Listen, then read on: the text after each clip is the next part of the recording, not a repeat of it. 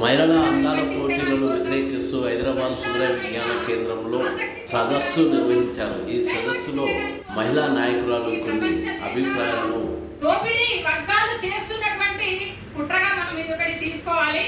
మనమంతా పోరాటాన్ని వదిలేసి అందరి మీద మనం వాటిపైన కోరికలు పెంచుకోవాలి, ఆసక్తి పెంచుకోవాలి, పోటీలకు మనం సిద్ధమవ్వాలి అనేటటువంటి వాళ్ళ కుట్ర ఇది.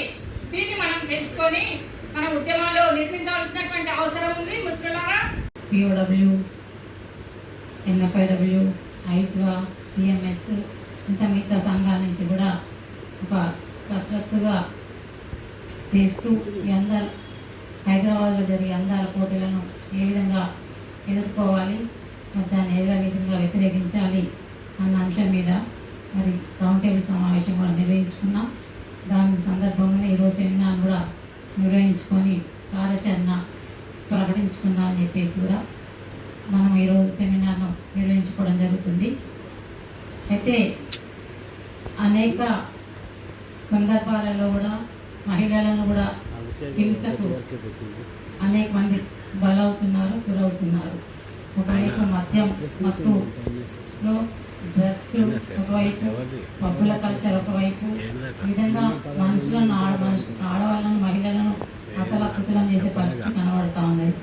ఇంతకుముందు కూడా మన పెద్దవాళ్ళు చెప్పినట్టు తెలంగాణ సంస్కృతి, మరి శ్రమ సౌందర్యం, తెలంగాణ పోరాటం, మహిళల పోరాట స్ఫూర్తి అనేవి కూడా మనం పరిగణలోకి తీసుకోవాలి.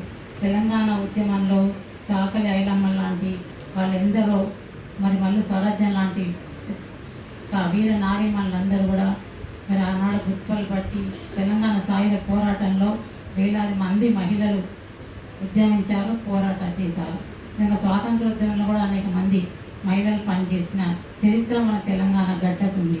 అట్లాంటి తెలంగాణ గడ్డలో ఈరోజు అందాల పోటీల పేరు మీద కూడా మరి విధంగా ఎవరిని ఉద్ధరించడానికి, మహిళలను ఉద్ధరించడానికి ఈ అందాల పోటీలు నిర్వహిస్తున్నారని చెప్పేసి ఒక సాధారణ మహిళలు ఈరోజు ప్రశ్నిస్తూ ఉన్నారు. మనము ఆరోగ్యాన్ని చూసుకోవటం, ఈరోజు ఏమైనా కాలేజీ అమ్మాయిలు కానీ మా మధ్యతరగతి మహిళలు కానీ తమ ఏ విధంగా ఆహారం తీసుకోవాలి, ఏ విధంగా ఆరోగ్యాలు కాపాడుకోవాలని పక్కన పెట్టి ఈరోజు సౌందర్య సాధనాల పేరు మీద రకరకాల అడ్వర్టైజ్మెంట్లు టీవీలలో టీవీ ఆన్ చేస్తే మరి మనకు ప్రత్యక్షం అవుతూ ఉన్నాయి.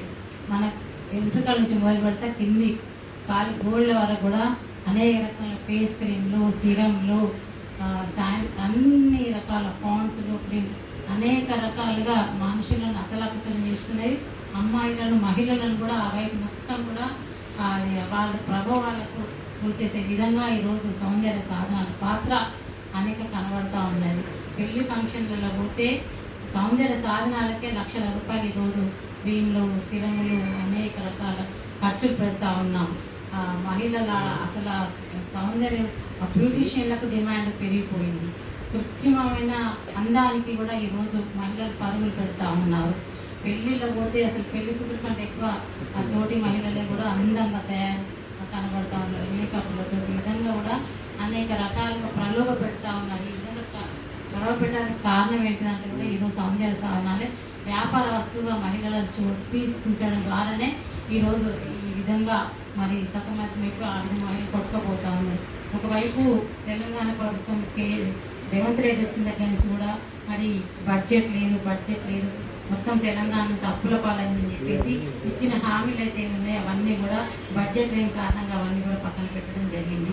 ఒకవైపు 20,000 పెన్షన్లు కానీ, మహిళలకు సరైన పౌష్టికాహారం లేక 20 సంవత్సరాలు 30 సంవత్సరాల మహిళలే ఈరోజు అనేక రకాల క్యాన్సర్ కానీ గర్భవస్థ వ్యాధుల బారిన పడతా ఉన్నారు. ఒకవైపు ఆడపిల్లలకు స్కూళ్ళలో టాయిలెట్స్ లేవు, శానిటరీ ప్యాడ్స్ లేవు, అలాగే అంగన్వాడీ కేంద్రాలు సరైన పౌష్టికాహారం లేకుండా పిల్లలు అనేక రకాల బాధలు ఇబ్బందులు పడతా ఉన్నారు.